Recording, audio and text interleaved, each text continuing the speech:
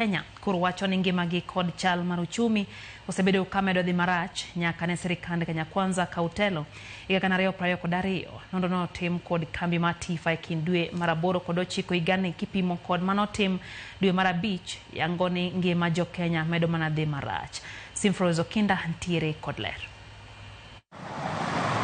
Higni adek nyaka ne sirikand Kenya Kwanza donje telo, jo Kenya wacho ni Tend Ruto oserocho ngimagi kaluwore kod pek mar ngima mathoth oganda wacho ni medre kaka thuolo medo sudo. Kaluwore kod lipot ma kambi nonro mar Tifa ogolo, 64% mar jo Kenya wacho ni chal mar ngimagi medo mana dhi marach. Ma en medruok kod 10% kipimo kod 54% mar oganda manowacho kamano e nonro manotim dwe mar 5. Nonro no yango ni thoth jo Kenya odak matek kamana kwan matin kende ema wacho ni ngimagi oseyudo lokruok maberberie nyaka ne Ruto kautelo. Kata bed ni kwan ni bende odok chien kowuok 29 mano e dwe mar 5 nyaka 24 sani. Kwan jogo mawacho ni ngimagi pok olokre yo moro amora bende odok piny kowuok 25 dwe mar 5 nyaka 17 dweni.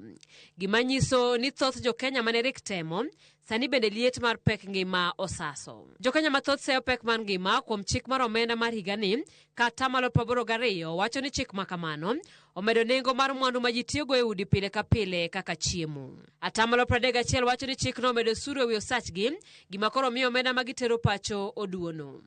Ne 21% chik no miyo koro ginyal kungo kare e kind weche mamoko. Kamano bende nonro noluwo ni mana 25% ma jo Kenya emondik tich magidhi e odiochieng' mangima.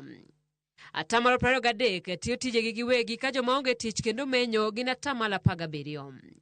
Joma tiyo tije manus kata part time ochung'e 15%. Kata obedo ni thoth jo Kenya e gwenge duto olero ni gidhi marach, joma saotele kwano kod 85%, kiluwe kod jo Nairobi 74%, jo Nyanza namba 3 kod 71%.